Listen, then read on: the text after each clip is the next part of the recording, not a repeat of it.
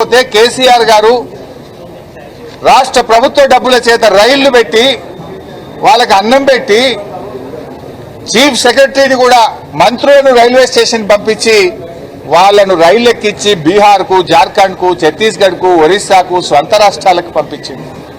ఒక గొప్ప మాట చెప్పాడు KCR. They are also the partners. Hyderabad అభివృద్ధిలో వాళ్ళు భాగస్వాములు. వలస కార్మికులందరూ కూడా మా బిడ్డలే, మా హైదరాబాద్ అభివృద్ధిలో వాళ్ళు భాగస్వాములు అని కేసీఆర్ చెప్పారు. కానీ నువ్వేం చేసినావు నాయన? నువ్వేం చేసినావంటే వాళ్ళను సన్ డ్రాప్ అని నూనె ఉంటుంది కదా, ఆ నూనె డబ్బాలల్లో ప్యాక్ చేసిండు శవాలను. సన్ డ్రాప్ నూనె డబ్బాలల్లో శవాల ముద్దలు వేసి ప్యాక్ చేసి వాళ్ళను డబ్బాలలో పెట్టి వాళ్ళ చేతికి ఇచ్చాడు. ఇవో నీ బాధ్యత ఇది. రాష్ట్రం పరువు పెంచేది, రాష్ట్ర ప్రతిష్ట పెంచేది, రాష్ట్ర గౌరవం పెంచేది ఇదేనా? డెడ్ బాడీలు పంపడానికి నీకు కట్టడబ్బలు దొరకలేదా? అట్టడబ్బలలో పెట్టి పంపుతావు. సన్ డ్రాప్ ఆయిల్ ముద్దలు పెట్టి పంపిస్తావు. కేసీఆర్ ఏమో ఈ రాష్ట్ర గౌరవాన్ని పెంచి వలస కార్మికులు కూడా నా తెలంగాణ అభివృద్ధిలో భాగస్వాములు, ఆ బిడ్డలను నేను కాపాడుకుంటా అని చెప్పి వాళ్ళకు బియ్యం ఇచ్చి, అన్నం పెట్టి, రైళ్లు పెట్టి, స్వస్థలాలకు పెంచి వాళ్ళను కాపాడుకున్నాడు కేసీఆర్. కానీ నువ్వు వాళ్ళ వలస కార్మికులని వాళ్ళకు ఎక్స్గ్రేషియా ఇయ్యవు, కనీసం డెడ్ బాడీలను కట్టడబ్బలలో పెట్టి గౌరవప్రదంగా ఇచ్చి ఇయ్యవు. నువ్వు ఇంత అమానవీయంగా వ్యవహరిస్తావా మిస్టర్ రేవంత్ రెడ్డి అని నేను అడుగుతా ఉన్నా. చాలా దుర్మార్గమైనటువంటి పరిస్థితి. ఇంకో విషయం, 4 రోజులు అయింది, ఇప్పటి వరకు ప్రభుత్వం ఈ ప్రమాద ఘటనకు కారణాలు ఏందో చెప్పిందా? Why this blast has been done, ఈ బ్లాస్ట్ ఎందుకు జరిగింది, దీనికి గల కారణాలు ఏందో ప్రభుత్వం చెప్పదు. హై లెవెల్ కమిటీ చేస్తా అన్నాడు. ఏడవైంది ఆ కమిటీ రిపోర్టు? అందులో ఏమున్నది సీక్రెటు? 4 రోజులైన తర్వాత హై లెవెల్ కమిటీ రిపోర్ట్ బయటకు రాదా? ప్రమాద ఘటనకు జరిగిన కారణాలు కూడా బయటకు రావా? మేనేజ్మెంట్ మీద కేసులు పెట్టరా? చర్యలు తీసుకోరా? ఈరోజు మేము అడుగుతా ఉన్నాం. 54 మంది చావుకు కారణమైన మేనేజ్మెంట్ మీద మర్డర్ కేసు పెట్టి లోపల వేయాలన్నా వద్దా? ఎందుకు ఆలోచించబడ్డావు మేనేజ్మెంట్తో నేను అడుగుతా ఉన్నా. అదేవిధంగా ఇవాళ చనిపోయిన దాంట్లో తెలంగాణ వాళ్ళు 2 ఉన్నారు, ఆంధ్రప్రదేశ్ వాళ్ళు 9 మంది ఉన్నారు, మరో 43 మంది ఉత్తరప్రదేశ్, బీహార్, ఒరిస్సా, వెస్ట్ బెంగాల్, మహారాష్ట్ర, జార్ఖండ్ తదితర రాష్ట్రాల వాళ్ళు ఉన్నారు. ఇది ఎవరైనా ప్రాణమే కదా, భారతీయులే కదా, వాళ్ళ పట్ల ఎందుకు ఇంత నిర్లక్ష్యంగా ఉన్నావు? సో మేము ప్రభుత్వాన్ని డిమాండ్ చేస్తున్నాం, వెంటనే ₹1 కోటి చనిపోయిన కుటుంబాలకు, మిస్సింగ్ కుటుంబాలకు ఇవ్వండి. తీవ్రంగా గాయపడ్డ వాళ్లకు ₹50 లక్షలు ఇవ్వండి.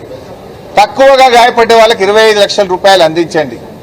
అందరికీ డెత్ సర్టిఫికెట్, ఎఫ్ఐఆర్ కాపీ, పంచనామా కాపీలు కూడా ఒక ఫోల్డర్ లో పెట్టి ఆ కుటుంబాలకు ఇంటి వద్ద తీసుకుపోయి ఇచ్చిరండి. అదేవిధంగా గతంలో కూడా ఒకసారి ఇక్కడనే సదాశివపేటలో ఒక యాక్సిడెంట్ అయింది, సంగారెడ్డిలో ఒక ఓఆర్ఆర్ మీద యాక్సిడెంట్ అయితే ముస్లిం మైనార్టీలు చనిపోతే ఆ రోజు నేను జిల్లా మంత్రిగా ఉన్న చింత ప్రభాకర్ అన్న నా దృష్టికి తెస్తే 5 లక్షలు ఎక్స్గ్రేషియా ఇచ్చి ఎంఆర్ఓ వాళ్ళ ఇంటికి పోయి పంచనామా, ఎఫ్ఐఆర్, డెత్ సర్టిఫికేట్ ఇంటికి పోయి ఇచ్చి ₹5 లక్షల చెక్ ఇచ్చి వచ్చినాం. మేము రాష్ట్ర ప్రభుత్వం తరఫున సాయం చేసినాం. వారం రోజుల్లో ఇచ్చినాం. నువ్వు 4 రోజులు అయిపోయా పట్టించుకోవు. పక్కన ఆంధ్రప్రదేశ్ 3 రోజులు ఇచ్చినా నీకు బుద్ధి రాకపోయా? నీకు ఎందుకు ఈ బాధ్యత ఇచ్చి మళ్ళా అసలు ఒక్కసారి రివ్యూ చేసినావా రేవంత్ రెడ్డి? 4 రోజులు 4 రోజుల తర్వాత ఇప్పుడన్నా రివ్యూ చేసినావా? ఎక్కే విమానం, దిగే విమానం, ఢిల్లీకి పోవడు, ఢిల్లీకి వెళ్ళొచ్చుడు తప్ప ఇంతమంది చనిపోయిండ్రు, వాళ్ళ పరిస్థితి ఏంది, యాక్సిడెంట్ ఎందుకు జరిగింది, ఇటువంటి జరగకుండా చూడాలని ఒక రివ్యూ అన్నా చేసినావా రేవంత్ రెడ్డి అని నేను అడుగుతా ఉన్నా.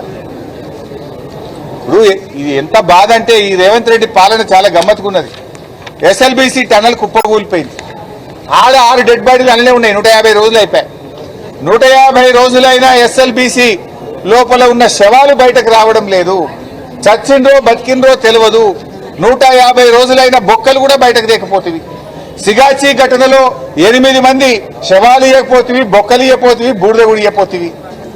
ఇది నీ పాలన.